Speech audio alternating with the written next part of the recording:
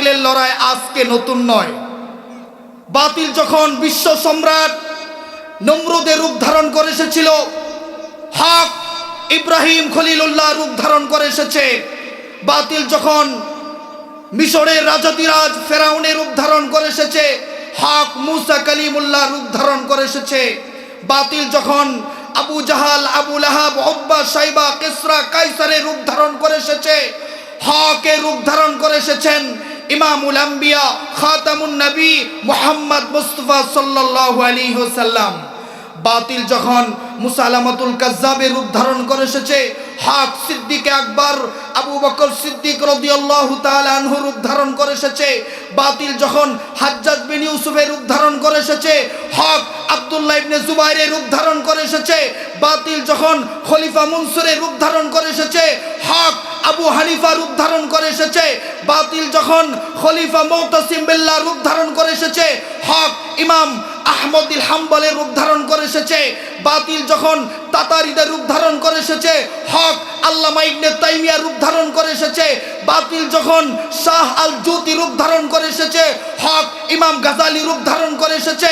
বাতিল যখন রাজা রঞ্জিত সিংহের রূপ ধারণ করেছে, হকের জান্ডাবাহী ইসমাইল শহীদ রহমাতুল্লাহ আলাইহি রূপ ধারণ করে এসেছে।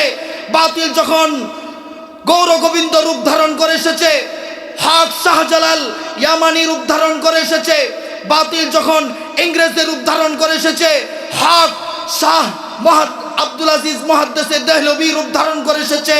বাতিল যখন বিভিন্ন রূপ নিয়ে, কখনো না চন্দ্রপুরী রূপ নিয়ে, কখনো এনায়তপুরী রূপ নিয়ে, কখনো বা মিথ্যানুবোধ দাবিদার নিয়ে, কখনো আবার বিভিন্নভাবে ইসকনের রূপ নিয়ে, আনসারের রূপ নিয়ে, হিন্দুর রূপ নিয়ে আমার এই দেশের ৯৫,০০০ মুসলমানদের উৎখাত করে তাদের আদর্শ বাস্তবায়ন করার রূপ ধারণ করে এসেছে। তখন হকের আওয়াজ নিয়ে এসেছিল উলামায়ে দেওবন্দ সহ ২৪ সালের ছাত্র জনতা। ঠিক কিনা? ঠিক কিনা? আমার কথাটা বুঝবেন না? নবী আলাইহিস সালাম আমাদের পর্যন্ত দিন পৌঁছে দেওয়ার জন্য তায়েফে গমন করেছিলেন। ওনার সফর সঙ্গী হিসাবে ছিলেন ওনার পালক পুত্র হযরত যায়েদ বিন হারেসা। উনি রওয়ায়াত করেছেন, তায়েফের যুবকেরা আমার রাসূলকে এমনভাবে রক্তাক্ত করেছিল, তিনি বলেন আমার সামনে যেন মনে হচ্ছিল একটা লাল রঙের মূর্তি দাঁড়িয়ে আছে। আল্লাহ রাসূল ক্ষতবিক্ষত হয়ে ক্লান্ত হয়ে বসে যেতেন, আর কাফেরেরা আল্লাহ রাসূলকে আবার উঠায় দাঁড় করে দিত, আবার রাসূলকে পাথর নিক্ষেপ করত। চতুর্দিক থেকে আল্লাহ রাসূলের উপর পাথর নিক্ষেপ হইত। আল্লাহ রাসূল ক্লান্ত হয়ে আবার বসে যেতেন, কাফেরেরা আবার রাসূলকে দাঁড় করায় আবার পাথর নিক্ষেপ করত। আল্লাহ রাসূল সাল্লাল্লাহু আলাইহি সাল্লাম আমাদের উপর যে রহম যে ইহসান করে গিয়েছেন সেদিকে লক্ষ্য করে বলেন সবাই, আমি যদি কখনো তায়েফে যাই, বলবো মাটিকে ডেকে নবীজির রক্ত ঝরলো কোথায়। তাই বলে দাও আজ আমাকে, প্রতিশোধের দাবানল জ্বালাবো হে তাই। বালাগল উলা, জবান খুলে, বালাগল উলা বিকামালিহি, কাশাফাত তুজা বিজামালিহি, হাসনাত জামিউ খিসালিহি, সাল্লু আলাইহি ওয়া আলিহি। যে মানুষ মানুষের বেদনায় কেঁদেছিলেন আজীবন মদিনায়, সেই মাটি সেই মানুষ যদি এত সুন্দর না জানি তাহলে তুমি কত সুন্দর। কত সুন্দর। যে মানুষ মানুষের বেদনায় কেঁদেছিলেন আজীবন মদিনায়, সেই মাটি সেই মানুষ যদি এত সুন্দর না জানি তাহলে তুমি কত সুন্দর, কত সুন্দর। উপস্থিত আমার সামনে যারা আছেন সবাই আমার মুরব্বী, আমি আপনাদের এলাকার সন্তান। মুরব্বীরা হুকুম করেছেন তাই কিছু কথা বলার পরিবেশ রক্ষার্থে বসে পড়েছি। সময় খুব সংক্ষিপ্ত। উলামায়ে কেরাম উপস্থিত হয়েছেন, সকলেই কথা বলবেন। আমি শুধু আপনাদেরকে নিয়ে কিছু মুজাকারা করব।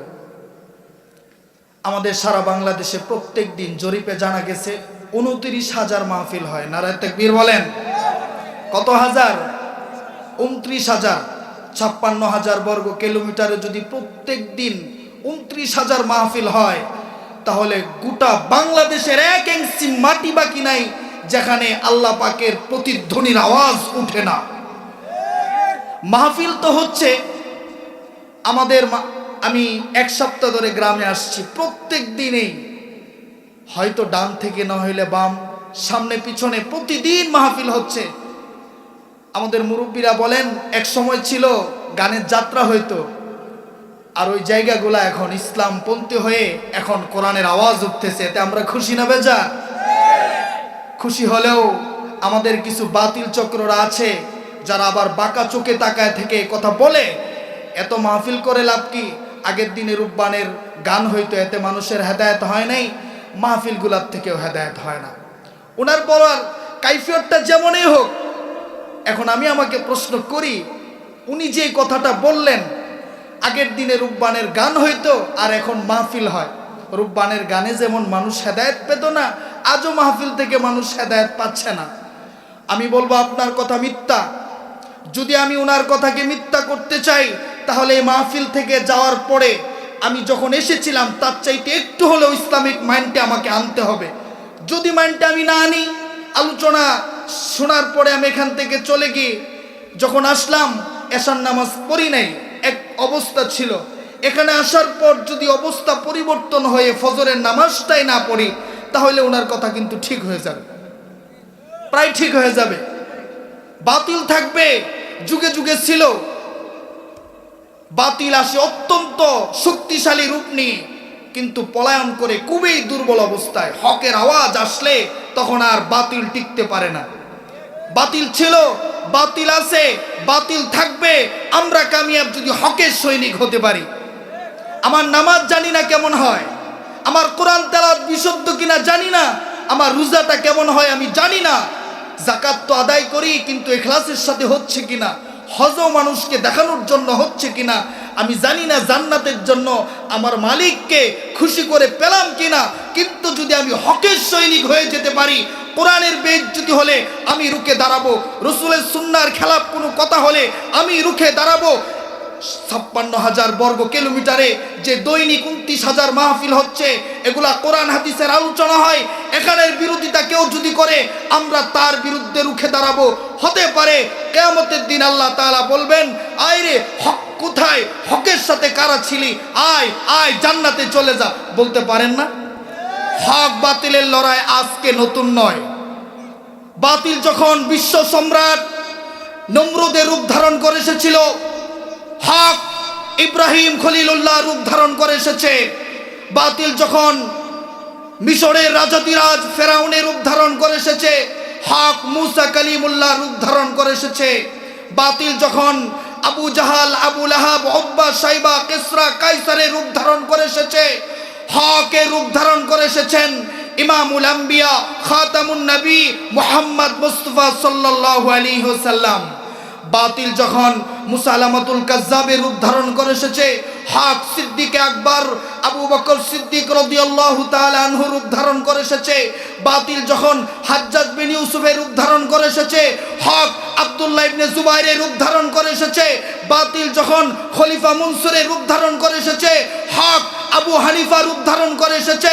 বাতিল যখন খলিফা মুতাসিম বিল্লাহ রূপ ধারণ করে এসেছে, হক ইমাম আহমদ ইল হাম্বলের রূপ ধারণ করে এসেছে। বাতিল যখন তাতারিদের রূপ ধারণ করে এসেছে, হক আল্লামা ইবনে তাইমিয়ার রূপ ধারণ করে এসেছে। বাতিল যখন শাহ আল জুতি রূপ ধারণ করে এসেছে, হক ইমাম গাজালি রূপ ধারণ করে এসেছে। বাতিল যখন রাজা রঞ্জিত সিংহের রূপ ধারণ করেছে, হকের জান্ডাবাহী ইসমাইল শহীদ রহমাতুল্লাহ আলাইহি রূপ ধারণ করে এসেছে। বাতিল যখন গৌর গোবিন্দ রূপ ধারণ করে এসেছে, হক শাহজালাল ইয়ামানি রূপ ধারণ করে এসেছে। বাতিল যখন ইংরেজের রূপ ধারণ করে এসেছে, হক শাহ আব্দুল আজিজ মুহাদ্দিস দেহলভী রূপ ধারণ করে এসেছে। বাতিল যখন বিভিন্ন রূপ নিয়ে, কখনো না চন্দ্রপুরী রূপ নিয়ে, কখনো এনায়তপুরী রূপ নিয়ে, কখনো বা মিথ্যানুবোধ দাবিদার নিয়ে, কখনো আবার বিভিন্নভাবে ইসকনের রূপ নিয়ে, আনসারের রূপ নিয়ে, হিন্দুর রূপ নিয়ে আমার এই দেশের ৯৫,০০০ মুসলমানদের উৎখাত করে তাদের আদর্শ বাস্তবায়ন করার রূপ ধারণ করে এসেছে, তখন হকের আওয়াজ নিয়ে এসেছিল উলামায়ে দেওবন্দ সহ ২৪ সালের ছাত্র জনতা। ঠিক কিনা? ঠিক কিনা? নারায়ে তাকবীর দিবেন না? এখানে যে কিছু হইতেছে, মাইক কই? হাতে মাইক নাই? তাকবীর দাও, মানুষ বুঝতে হইব না যে এনে কিছু হইতেছে। যারা বলে রূপবানের গান, ওদেরকে বুঝাই দিতে হইব না? তাকবীর দাও। নারায়ে তাকবীর! নারায়ে তাকবীর! নারায়ে তাকবীর! দিন ইসলাম, দিন ইসলাম জিন্দাবাদ, জিন্দাবাদ। বাতিল শক্তি পালাবে দুর্বল হয়ে, অসহায় হয়ে। আমরা হক সুন্নাত মান ক্বাদ আরসালনা ক্বাবলাকা মির রুসুলিনা ওয়ালা তাজিদু লিসুন্নাতিনা তাহওয়িলা।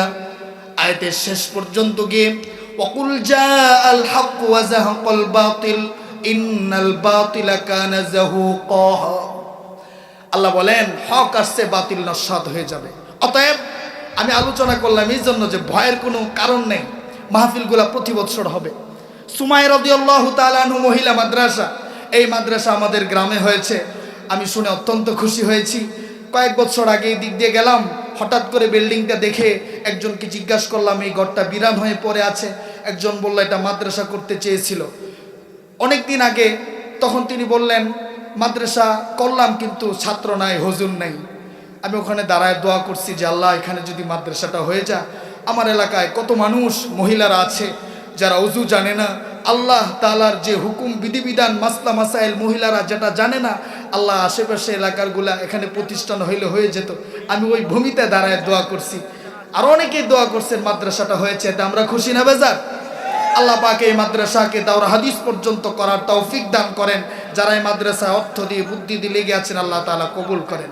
আমি আয়াত তেলাওয়াত করেছি হামিম সাজদা থেকে 30, 31, 32 নম্বর আয়াত। এই আয়াতের মধ্যে আল্লাহ রাব্বুল আলামিন মুমিনের 3টা গুণের কথা বলছেন। ওমান আহসানু কাওলাম মিম্মান দাআ ইলাল্লাহি ওয়া আমিলা সলিহা ওয়া ক্বালা ইন্নানি মিনাল মুসলিমিন। 3টা গুণের কথা বলেন। আল্লাহ রাব্বুল আলামিন প্রশ্ন করছেন নবীকে, ওমান আহসানু কাওলাম, নবী আপনি কি জানেন সবচেয়ে উত্তম ব্যক্তিকে? আল্লাহ তাআলা জানেন না, এই জন্য কি প্রশ্ন করছেন? একটু মানুষকে আশ্চর্য করার জন্য, একটু মানুষকে কৌতূহল জাগানোর জন্য। আর আপনি কি জানেন কোন মানুষটা সবচেয়ে উত্তম? কোন মানুষটা? ওমান আহসানু কাওলাম মিম্মান দাআ ইলাল্লাহ, যে মানুষকে আল্লাহর পথে ডাকে, ওয়া আমিলা সলিহা, এবং নেক কাজ করে, ওয়া ক্বালা ইন্নানি মিনাল মুসলিমিন, এবং বলে আমি মুসলমানদের অন্তর্ভুক্ত। সম্মানিত উপস্থিতি, এই 3 গুণের শেষের গুণ থেকে আমি আলোচনার ধারাবাহিকতা বলবো। আল্লাহ রাব্বুল আলামিন বলেন ওয়া ক্বালা ইন্নানি মিনাল মুসলিমিন, আমি মুসলমানদের অন্তর্ভুক্ত। আমি আপনাদের জিজ্ঞাসা করব, আপনারা কোনোদিন কি চালালকোনার বাজারে গিয়ে এই কথা বলেছেন, এই বাজারবাসী শোনো আমি মুসলমান? কলমাকান্দা বাজারে, নেত্রকোনা শহরে গিয়ে কেউ কি প্রশ্ন করেছেন, এই শোনো আমি মুসলমান? কেউ কি বলেছেন? না, আপনি বলেন নাই। এখানে এই বলার দ্বারা উদ্দেশ্য হলো আমি মুসলমান, আমাকে মুখে বলতে হবে না। ইহুদি খ্রিস্টানরা আমাকে দেখেই মনে করবে এটা হলো মুসলমান। আমাকে দেখলে আল্লাহর কথা স্মরণ হবে, আমি মুসলমান। আমাকে দেখলে রসুলের কথা মনে হবে, আমি মুসলমান। আমাকে দেখলে আল্লাহ রসুলের কোরআনের কথা মনে হবে, আমি মুসলমান। আমি মুসলমান, আমার মুখে দাড়ি থাকবে, আমি মুসলমান। আমার মাথায় রসুলের টুপি থাকবে, আমি মুসলমান। আমার গায়ে পরনে সুন্নতি লেবাস থাকবে, মানুষে দেখেই মনে করবে সেটা মুসলমান। দ্বিতীয় নম্বরে ওয়ামিলা সালিহা, নেক কাজ করবে। নেক কাজ করতে আপনারা সবাই রাজি আছেন, সবাই নামাজ পড়তেও চায় কিন্তু নামাজ পড়ে না, সবাই রোজা রাখতে চায় কিন্তু রোজা রাখে না, সবাই যাকাত দিতে চায় কিন্তু হক আদায় করে দেয় না, আল্লাহর বিধিবিধান মানতে সকলেই চায় কিন্তু পারে না। কারণ কি জানেন?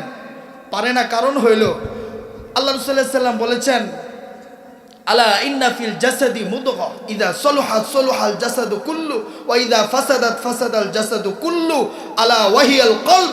হে আমার সাহাবীরা, জানো প্রত্যেকটা মানুষের শরীরের মধ্যে একটা গোশতের টুকরা আছে, ওই গোশতের টুকরাটা যদি ঠিক থাকে তাহলে সে ব্যক্তিটার অঙ্গ প্রত্যঙ্গ অন্যগুলা ঠিক আছে। যদি ওই গোশতের টুকরাটা নষ্ট হয়ে যায় তাহলে ওর হাত থাকা অবস্থাও নষ্ট হয়ে যাবে।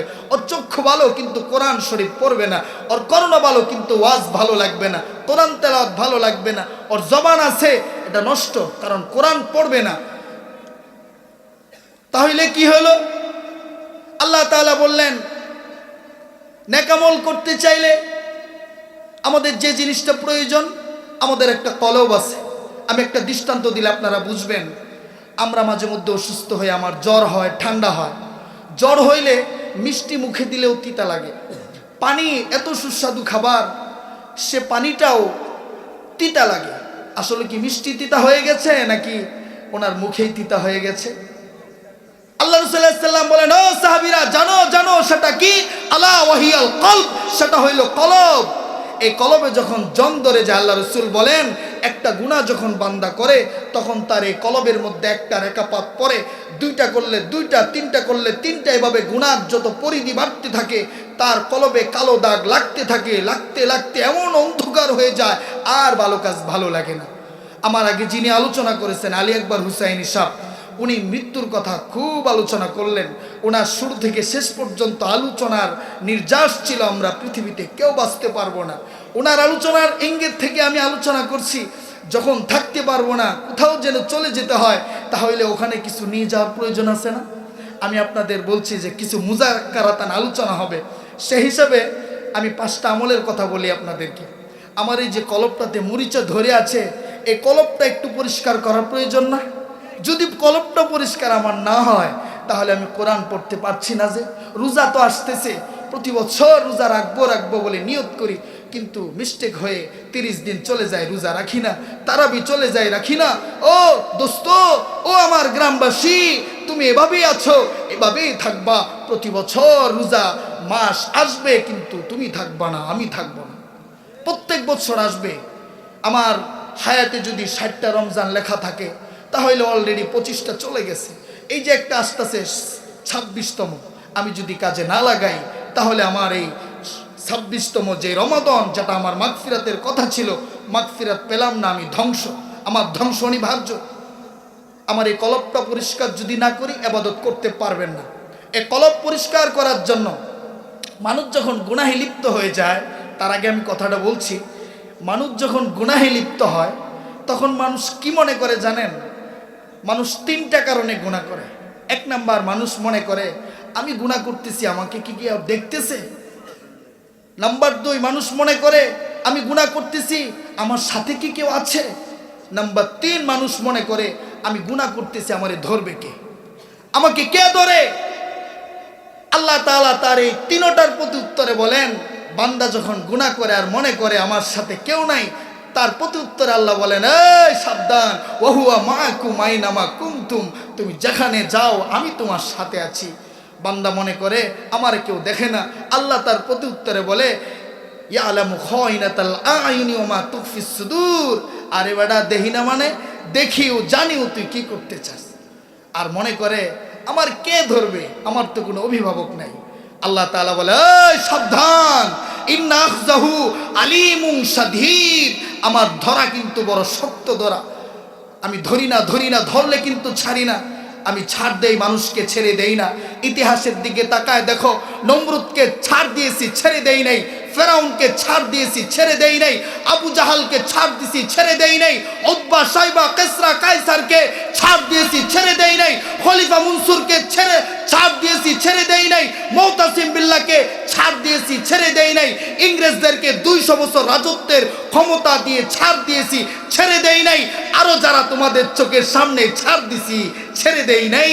ইন্না আখযাহু আলীমুন শাদীদ, শক্তভাবে তোমাকে আমি ধরে ফেলবো, ছুটতে পারবা না তুমি। মানুষ গুনাহ করে, ও বন্ধু মনে করে কেউ তোমার দেখে না। আল্লাহ রাব্বুল আলামিনের কোরআনের মধ্যে আল্লাহ তাআলা বলেছেন, মানুষ যখন গুনাহ করে তার বিরুদ্ধে 4টা সাক্ষী হয়ে যায়। 1 নম্বর সাক্ষী হয়ে যায় যেখানে দাঁড়ায় এসে গুনাহ করে সেই জমিন। ইয়াউমাইদিন তুহাদ্দিসু আখবারহা, কিয়ামত যেদিন কায়েম হয়ে যাবে, আসমানটা মরমর করে ভেঙে পড়ে যাবে, জমিনটা ফেটে যাবে, পাহাড়গুলা রুয়ের মতো উঠতে থাকবে, সেই বিভীষিকাময় অবস্থাতে মানুষ দৌড়তে থাকবে, আপন বলতে কেউ কাউকে পাবে না। এই মুহূর্তে জমিন তার বিরুদ্ধে সাক্ষী দিয়ে বলবে, আল্লাহ ওই আমার উপরে দাঁড়াইয়া গুনাহ করেছিল, আমি তোমার ওই সময় নালিশ করেছিলাম, আল্লাহ তোমার খায়, তোমার পরে, তোমার জমিনে হাঁটে, আর নাফরমানি তোমার করে। আসমান ডাক দে বলে, আল্লাহ ওই তোমার খায়, তোমার পরে নাফরমানি তোমার করে। ফেরেশতারা বলে, আল্লাহ তোমার খায়, তোমার পরে নাফরমানি তোমার করে, ধ্বংস করে দে। আল্লাহ বলে, না রে, একটু ছেড়ে দে, দেখি সে আমার দিকে আসে কিনা। ইয়াউমাইদিন তুহাদ্দিসু আখবারহা, জমিন সেদিন আপনার সব গোপন তথ্য ফাঁস করে দিবে। নাম্বার 2, ওয়াবুদিয়াল কিতাব ফাতারাল মুজরিমিনা মুশফিকিনা মিম্মা ফিহি ওয়া ইয়াকুলুনা ইয়া ওয়াইলাতানা মা লিহাযাল কিতাব লা ইউগাদিরু সাগীরাতান ওয়ালা কাবীরাতান ইল্লা আহসাহা। গুনাহগার বান্দার হাতে যখন আমলনামা পেশ করবে, গুনাহগার বান্দা আফসোস করতে করতে বলবে, আয় আল্লাহ এটা কেমন কিতাব আমার সামনে পেশ করেছো, এখানে তো দেখি ছোট থেকে ছোট কোনো গুনাহ বাদ যায় নাই। ওয়াবুদি আল কিতাব ফাতারাল মুজরিমিনা মুশফিকিনা মিম্মা ফিহি ওয়া ইয়াকুলুনা ইয়া ওয়াইলাতানা মা লিহাযাল কিতাব লা ইউগাদিরু সাগীরাতান ওয়ালা কাবীরাতান ইল্লা আহসাহা। এখানে তো দেখি সব গুনাহ লেখা, একটা গুনাহ বাদ যায় না। নাম্বার 3, আপনার বিরুদ্ধে সাক্ষী দিবে এই যে ফেরেশতা, কিরামান কাতিবিন ইয়ালামুনা মা তাফআলুন। প্রত্যেকজন মানুষের 2 কাঁধে 2টা সম্মানিত ফেরেশতা রয়েছে, সেই ফেরেশতা আল্লাহর কাছে আপনার বিরুদ্ধে সাক্ষ্য দিবে। সূরাতুল ইয়াসিনের 4 নম্বর সাক্ষী, আল-ইয়াউমা নাখতিমু আলা আফওয়াহিহিম। আল্লাহ তাআলা বলেন, আমি ময়দানে মাহশারে এই জবান তোমাকে দুনিয়াতে দিয়েছিলাম, অপব্যবহার করেছো, এই জবান দিয়ে কত ছলছাতুরি করেছো। একজনকে মিথ্যা মামলা দিয়ে তুমি আটক করেছো, আরেকজনকে এসে হাসিয়েছো, একজনকে কটাক্তি করেছো, আরেকজনকে তুমি রাজপ্রাসাদে থাকতে দিয়েছো এই জবান দিয়ে, একজনকে গালি দিয়ে তার দিল ছিঁড়ে ফেলেছো, আরেকজনকে মিথ্যা বলে হাসিয়েছ। এত শক্তি তোমার জবানে ছিল, সেই জবান আমি বন্ধ করে দেব, সেই জবান দিয়ে তুমি আর বলতে পারবে না। তোমার হাত তোমার বিরুদ্ধে সাক্ষী দিবে, তোমার পা তোমার বিরুদ্ধে সাক্ষী দিবে, তোমার চক্ষু কর্ণ তোমার বিরুদ্ধে সাক্ষী দিবে। এ দুনিয়ার মুসলমান, এই জমিন যদি আমার বিরুদ্ধে সাক্ষী দেয়, আমার চক্ষু যদি আমার বিরুদ্ধে সাক্ষী দেয়, আমার হাত যদি আমার বিরুদ্ধে চলে যায়, তাহলে আমার বলতে কি রইল? এত জমিন আমার 10 কাঠা 10 আরা জমিন আমার বিরুদ্ধে চলে যাবে। আর এত সুন্দর চক্ষু একটু অসুস্থ হলেই তো তোকে আমি চশমা লাগায় চিকিৎসা করছি, একটু হাতটা কেটে গেলে তোকে চিকিৎসা করছি, আফসোস এই হাত আমার বিরুদ্ধে চলে যায়, আমার চক্ষু আমার বিরুদ্ধে চলে যায়, আফসোস আমি কার নিয়ে পড়ে আছি। আমি মনে করতেছি আমার সন্তান আমাকে সব কিছু দেবে। আপনি শুধু ইন্তেকাল করে দেখেন, আপনার সন্তান, যেই সন্তান আপনি আপনার সন্তানের জন্য এত কিছু করতেছেন, আপনার সন্তানের জন্য বাড়ি করতেছেন, গাড়ি করতেছেন, একবারও কি দৃষ্টি লাগায় দেখলেন যে সন্তানের জন্য এত কিছু, সেই সন্তান আপনার মৃত্যুর সংবাদ শোনার পর সর্বপ্রথম কবরের মাটিটা কোদাল দিয়ে আপনার সন্তানই উঠাইতেছে, সর্বপ্রথম কবরে আপনাকে নিয়ে আপনার সন্তানই নামতেছে, সর্বপ্রথম কবরের দুই পাশে হাত দিয়ে আপনার সন্তানই উঠে যাইতেছে, সর্বপ্রথম আপনার বুকের উপরে আপনার সন্তানই কিন্তু মাটির চাকাটা ফেলতেছে। আপনি কাকে আপন মনে করতেছেন? এই জমিন আপনার বিরুদ্ধে, আপনার শরীর আপনার বিরুদ্ধে, তাহলে আমার আপন বলতে কে? আল্লাহ। বলেন না আমার আপন কে? আরো আওয়াজ করে আমার আপন কে? আল্লাহকে ডাকার জন্য তো মন চায়, ডাকতে পারি না, আমার কলব অন্ধকার হয়ে আছে।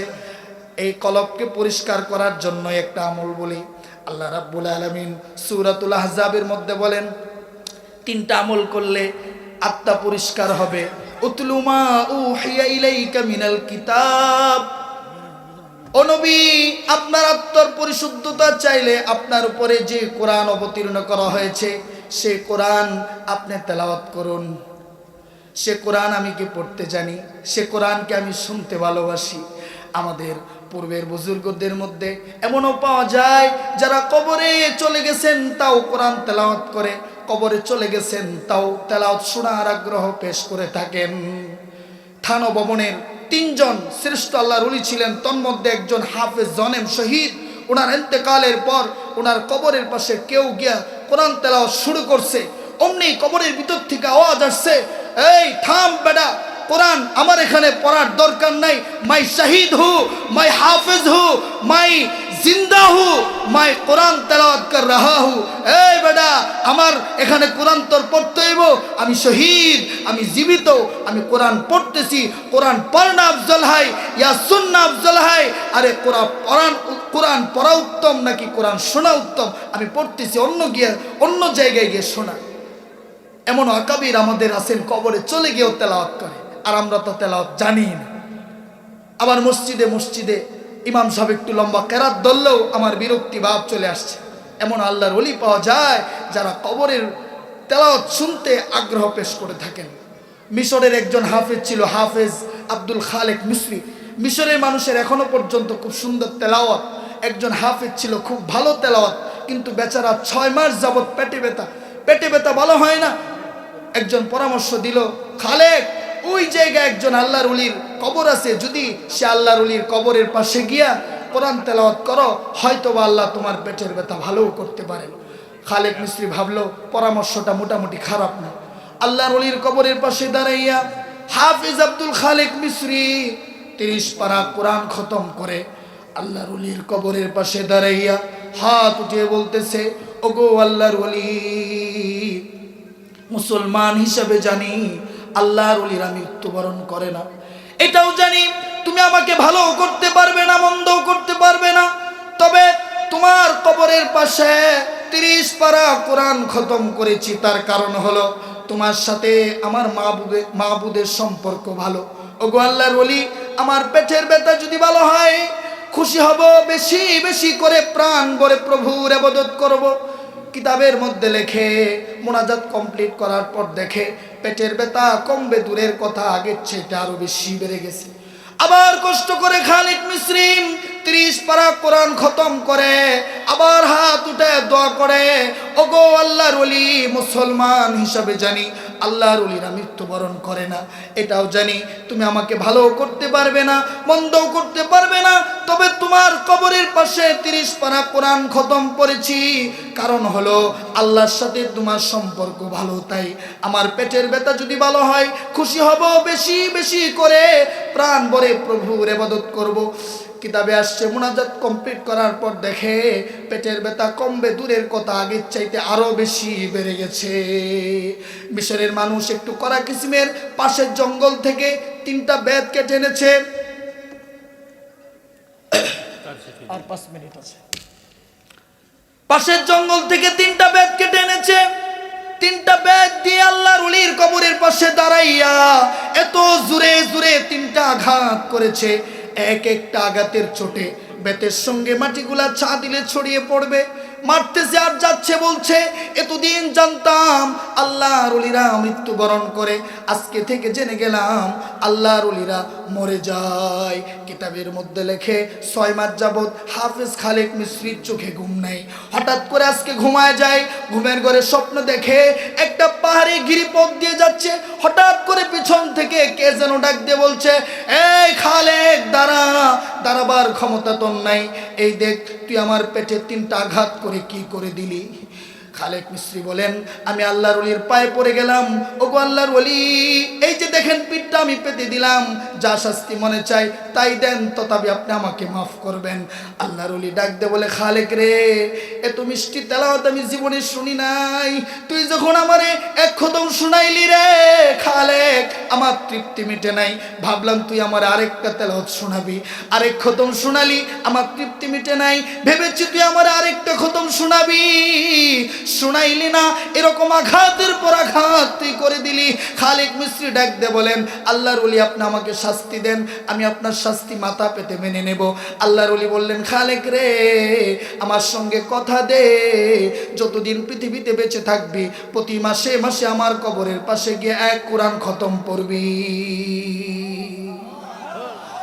কোরআন তেলাওয়াত করবেন। নাম্বার 2, আকিমিস সালাত, নামাজ কায়েম করবেন। ইন্না সালাতা তানহা আনিল ফাহশাই ওয়াল মুনকার, নামাজি আপনাকে অশ্লীল কাজ থেকে বাঁচাবে। ওয়ালা যিকরুল্লাহি আকবার, বেশি বেশি জিকির করবেন। এগুলা করার জন্য তো দিলটা পরিষ্কার করতে হবে, না এত কোরআন তেলাওয়াত করতে পারবেন না। 5টা আমল দিয়ে যাব আপনাদেরকে 2 মিনিট সময়ের মধ্যেই।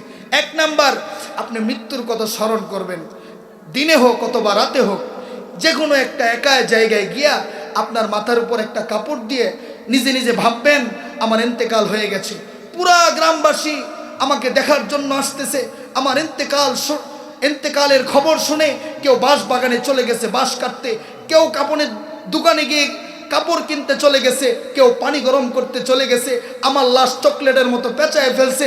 সমাজের মানুষেরা আমার লাশটা সামনে রেখে আমার জানাজা, আবার কেউ বলে না রে 10টায় দে, লাশ পৌঁছে গেল, তারপরে আমার কবরে নিয়ে রাখলো। মা রব্বুকা ওমা দিনুকা ওমা নাবিউকা, আমাকে প্রশ্ন করলো, সে জবাব আমি দিতে পারলাম কিনা। নাম্বার 2, আপনার নিকটস্থ যারা মারা গিয়েছে তাদের কবর জিয়ারত করবেন। তাদের কবর জিয়ারত করার পরে যখন চলে আসবেন একটু দাঁড়ায়া তাকে জিজ্ঞাসা করবেন, ও বাবা তুমি না আমার ছোটবেলায় বাজারে নিয়ে যাইতা, ও মা তুমি না আমার গালি মুখে চুমু খাইতা, ও বন্ধু একই সাথে না চাষতলে চা খাইতাম, একই সাথে না রাজনীতি করতাম, একই সাথে না বাজারে যাইতাম, আজকে তুমি মরে গেলা, আমিও তো মরে যাব। নাম্বার 3, রাত্রে যখন শুইবেন আস্তে করে মাথার নিচ থেকে বালিশটা সরায় ফেলবেন, তখন দেখবেন লাশের মতো নিজের মনে হবে।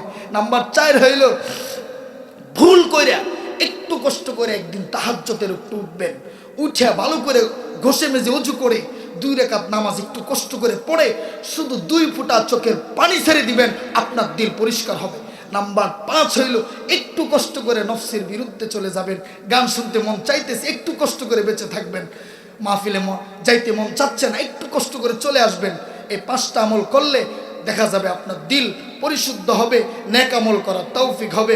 আল্লাহ রাব্বুল আলামিন আমাদেরকে যেই মুখতাসার বিক্ষিপ্ত আলোচনা হলো সে আলোচনার উপরে আমল করার তৌফিক দান করেন। আমার উলামায়ে কেরাম এখানে আছেন, আমার এলাকা যারা আছেন আমি তাদের কাছে দোয়া চাই, আল্লাহ